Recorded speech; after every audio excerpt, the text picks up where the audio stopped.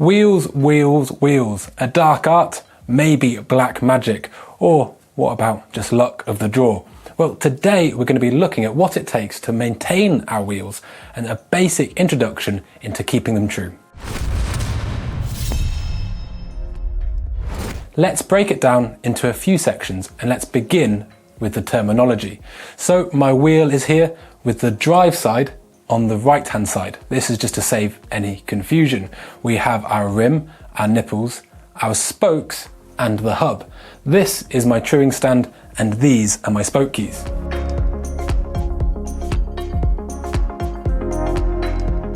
As you can see, I have removed the tyre from the rim.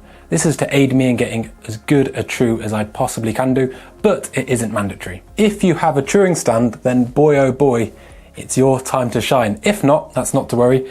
You can make your own little truing stand by attaching a cable tie to your frame or fork.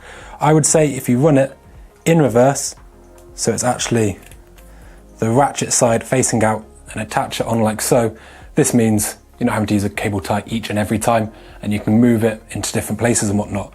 What you want to do is when you attach it, just cut it to length, and so you have a fixed point to gauge your rim against.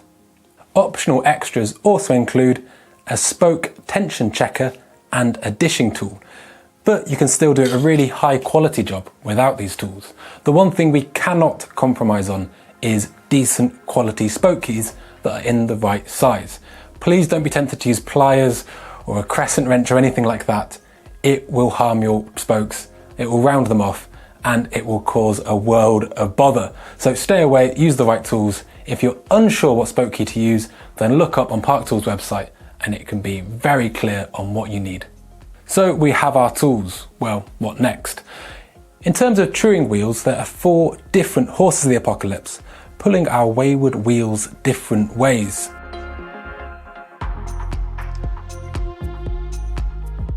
Issues tend to show themselves in either flat spots, this is where your wheel is somewhat egg-shaped, or in terms of lateral true, this can be where your wheel is very circular but is jaywalking from left to right and back again. When we want to increase or decrease the tension on our spokes, you need to be sure you're making it do what you want it to do. So you tighten the nipple along the spoke, and the tighter it gets, as it reduces the distance between the nipple and the hub, the more it's going to increase the tension on the spoke. Now, some people find this kind of counterintuitive, which way to turn it. The way I found really easy when I started truing wheels was standing behind the wheel at our truing stand. We are driving that nipple away from you, so righty-tighty, imagine you have a screwdriver behind it, and that's going to tighten it, pulling the hub closer towards it and increasing the tension on that spoke. My first bit of advice is to work in either eighth, quarter, half, or indeed full turns. This is a really good habit to get into and will keep everything very systematic. With a flat spot, you want to work out where your high or low tension area is and work in groups of 2, 4, 6, or even 8 spokes. You want this so you can pull or indeed release that whole section of rim into true. So if the whole area such as this is low and out the way, you want to find your center ones, maybe add half a turn. These ones you can add a quarter turn, and then those ones out that are 3 out, you can add an 1/8 of a turn. This will slowly bring your wheels up and into true, or like I said, release them down into true. When you're looking at high or low spots, it's really important to see how long that area is, and this is where a truing stand is very good. If the low spot is actually 80% of the rim, well then it's not a low spot at all, but indeed it's the other 20% that needs working on. Kind of the best advice I can give you here is it's just a lot of practice. A really good truing stand makes things a lot easier, as a cable tie can help you with the lefts and rights, but working on getting a nice circular rim is aided no end by having the correct toolage.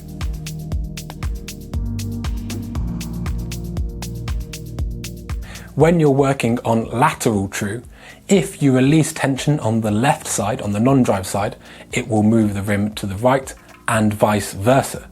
A really good habit to get into is if, say, the rim is too far high and to the left. If you release tension on that spoke, it will simultaneously drop the rim as well as moving it to the right. Likewise, if it was, say, too low and to the right hand side, you can increase tension on that left hand spoke to bring it up and across. Once you've got it nice and true, both in terms of its overall shape as well as its lateral true, it's time to move on to the third horse. Now, what is dish exactly? It is essentially how centrally your rim is sitting in the frame. If it's all over to one side, well, it's just no good.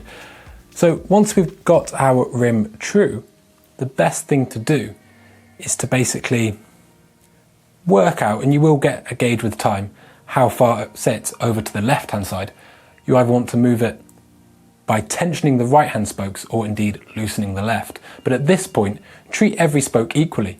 So add half a turn of tension onto the right hand side, or perhaps reduce the tension on the left hand side by half a turn. This uniform way will at least keep the rough shape of the rim in terms of how true it is as you move it into correct alignment in regards to dish.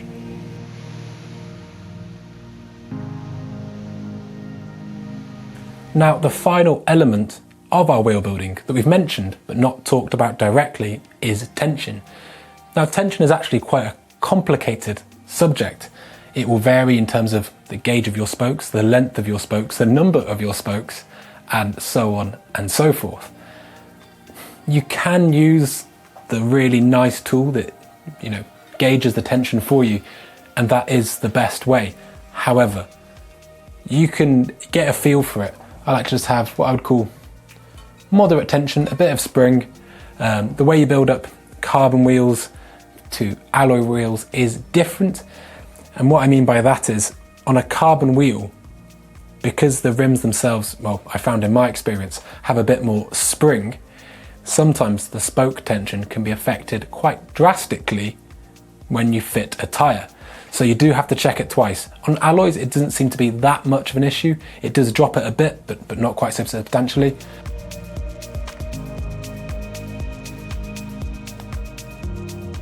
If I was to build a wheel from scratch, I go in this order. I get the overall tension about right. I then work on the lateral true. I then make sure it's as circular as possible before looking at the dish. Once I've done that, I rinse and repeat and I go back to the beginning. Each time asking the questions. Is the tension as good as it could be? Then moving on to the trueness. Is it as true as it could be? But at the same time, never fixating on one point, because every time you go through it, you're training your sight a bit better, and eventually you'll get down to a remarkably narrow tolerance, and you'll have a wheel that you can really be proud of. So that's been maybe, 45 seconds, a minute? And already the improvement has been quite drastic. Normally with your wheels, the initial improvements come thick and fast, and then it's actually, a decreasing return. So stick with it, and it will get there in the end, but certainly the big adjustments come right at the beginning. And as you go on, the adjustments become smaller and smaller as you're chasing that kind of perfect true.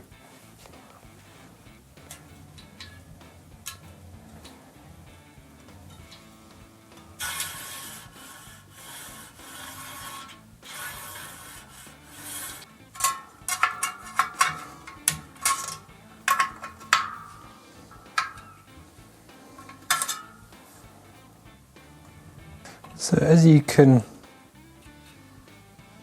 kind of just see, it's very, very, very slight.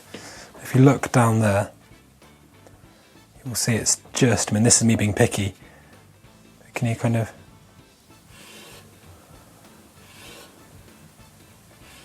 you can hear that. And what that is, let's have a look. So it looks like it's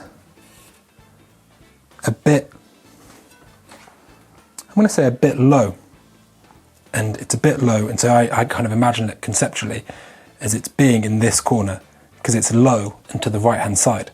So what you want to do is you want to take it higher in that direction So I'm going to tighten this spoke here. I'm not going to go much, I'm going to go about a quarter turn.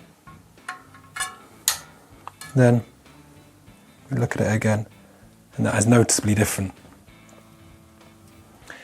And that's kind of just constant small adjustments. The best advice I ever got in regards to working on wheels was that you only work on one part of the wheel until it's no longer the worst part of the wheel. You're not trying to make this area perfect. You're trying to make this area no longer the worst area. And once you've done that, you go on to this area. And as you do that, it will gradually bring the whole thing into true. If you just try and work on one area, it's going to basically compromise the overall tension. You want your tension to be equal throughout. And having equal tension is something you're going to find really, really hard if you only work on a collection of 4 or 5 spokes at a time.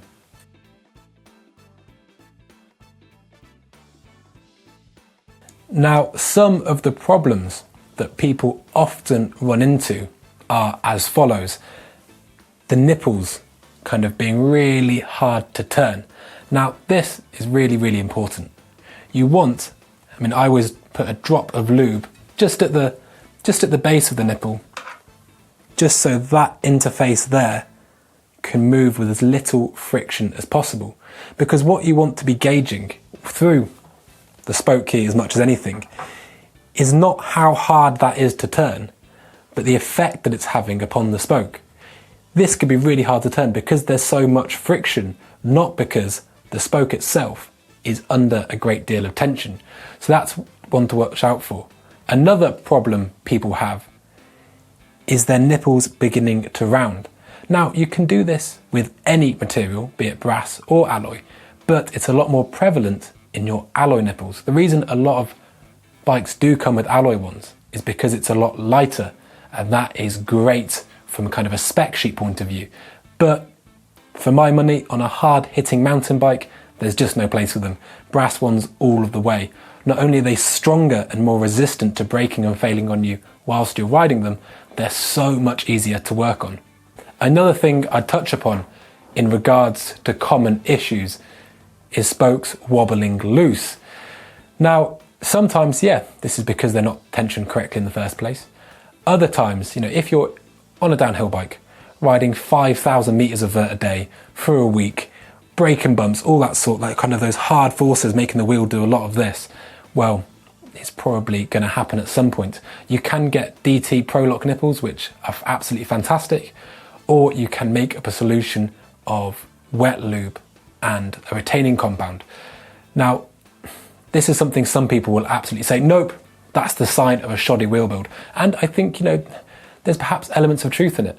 If that's the only way you can get your wheels to hold together on a road bike, then maybe you need a bit more practice. But if you're riding rugged, horrible downhill tracks, then I think there is a place for it, quite simply.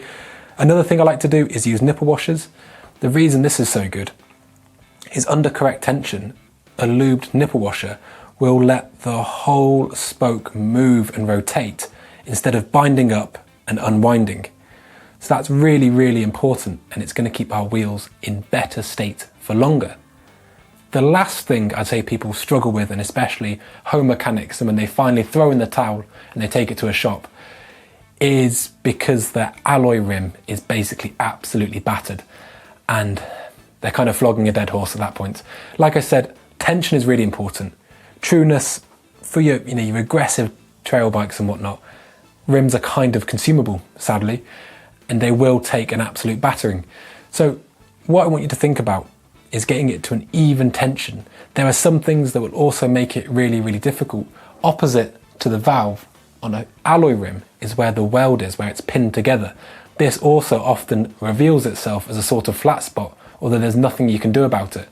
So really focus, especially on alloy used rims, on getting nice even tension, and don't sweat too much about getting it perfectly arrow straight, because it might be quite an unrealistic target.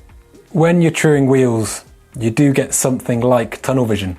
When you're looking at through these bits here, you see these small imperfections, and you can happily spend hours on it. Once you move that away, like, that's pretty bloody true, but you get so, I could spend hours with it. It's just, yeah, a long pursuit of satisfaction of getting it absolutely dialed.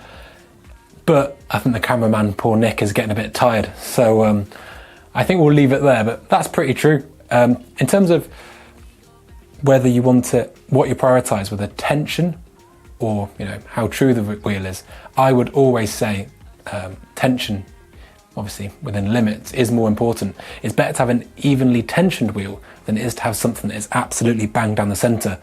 That changes a bit perhaps if you don't use disc brakes, but it's not a braking surface. Most frames have plenty of clearance. I'm not saying you want it to be walking from side to side, but if it's, you know, a couple of millimeters out, it's not going to really make that much difference. Something like this, I'd say that's pretty good tolerance, probably within a mil or so.